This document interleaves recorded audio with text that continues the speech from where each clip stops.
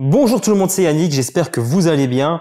On se retrouve aujourd'hui pour mon nouveau tour d'actu quotidien. Je vous ai fait une petite sélection et j'espère qu'elle vous plaira. On rentre tout de suite dans le vif du sujet en parlant de Free. Il y a quelques semaines de cela, j'ai eu la chance de tester donc la Freebox Pop. Et une des nouveautés qui avait été introduite avec cette nouvelle box, c'est la possibilité de faire des enregistrements vidéo, mais pas sur la mémoire de la box directement, mais dans le cloud. Cette approche offre pas mal d'avantages, mais aussi certains inconvénients, et certains ont remonté à Free leur frustration de ne pas pouvoir stocker les enregistrements de manière locale. Il semble que les choses pourraient évoluer, on ne sait pas quand exactement. Dans tous les cas, il semble que c'est à l'étude.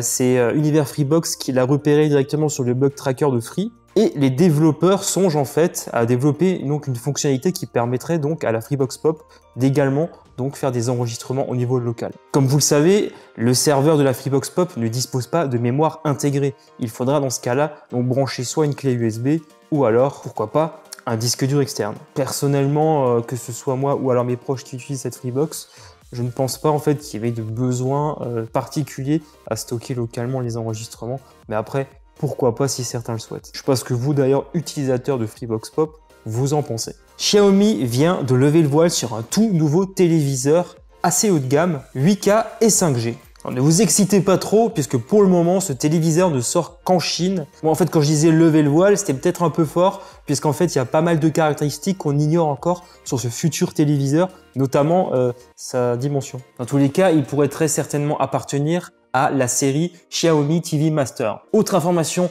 importante concernant ses caractéristiques techniques, on sait qu'il dispose d'une dalle mini LED. Alors pour ceux qui ne le sauraient pas, la technologie mini LED est une technologie d'affichage qui utilise donc un tableau LED microscopique derrière l'écran pour former des éléments de pixels individuels.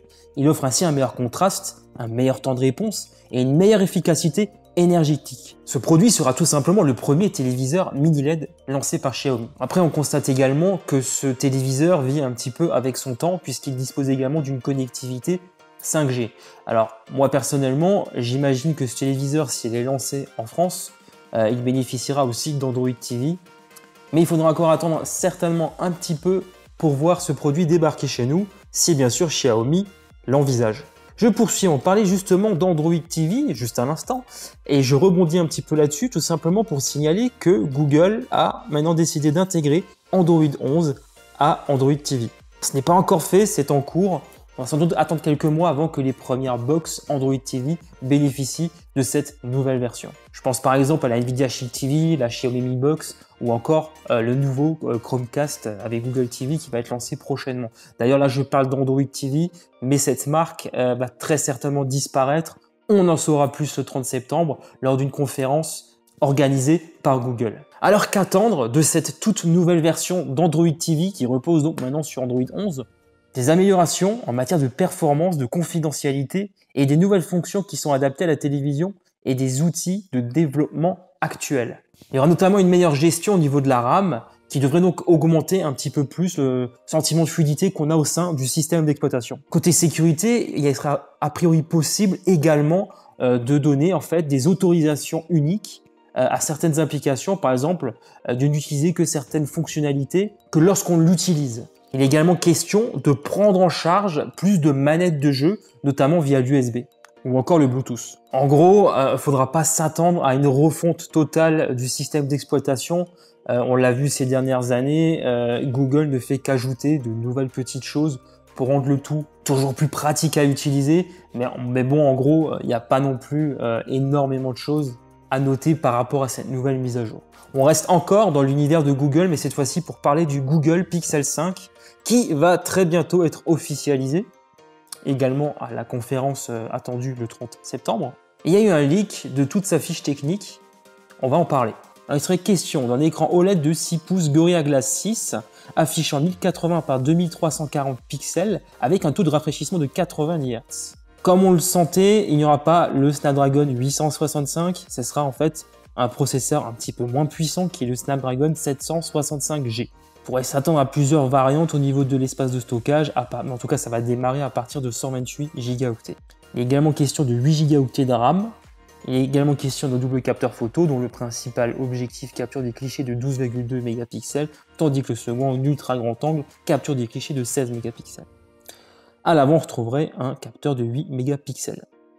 Il est en question d'une batterie de 4000 mAh compatible avec une charge rapide de 18 watts. Côté design, ça sera bien sûr, comme on l'a déjà vu précédemment, j'en ai déjà parlé lors des vidéos, un design qui est plus en phase avec ce qu'on retrouve actuellement sur d'autres smartphones Android, donc un grand écran borderless avec un poinçon pour nicher la caméra selfie. Je poursuis avec le OnePlus 8T, dont la présentation officielle aura lieu le 14 octobre. C'est un smartphone déjà dont on sait énormément de choses avec tous les leaks qu'il y a eu à son sujet. Une nouvelle fois, là, il est juste question en fait d'avoir de meilleurs rendus pour se faire encore une meilleure idée de ce à quoi il va ressembler. Comme j'avais déjà mentionné précédemment, ce sera un design très proche du OnePlus Nord.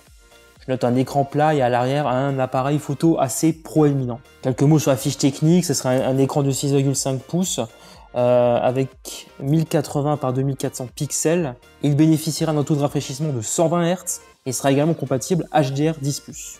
À l'instar des autres OnePlus 8 et 8 Pro, il sera aussi question du Snapdragon 865. Au rang des nouveautés, ce que je note, c'est la présence d'une batterie de 4500 mAh qui sera compatible avec une charge rapide de 65 watts. Voilà, c'est tout pour aujourd'hui. J'espère que cette vidéo vous a plu et si c'est le cas, merci de me soutenir en lâchant un gros pouce en l'air et abonnez-vous à ma chaîne YouTube si ce n'est pas encore fait en activant la petite cloche pour être prévenu de la publication de mes prochaines vidéos. Vous retrouverez également dans la description tous les liens pour me suivre à travers les réseaux sociaux où je suis présent, ainsi que les liens des différents sujets que j'évoque dans ma vidéo. Donc c'est tout pour aujourd'hui, je vous retrouve demain 19h, allez, ciao tout le monde!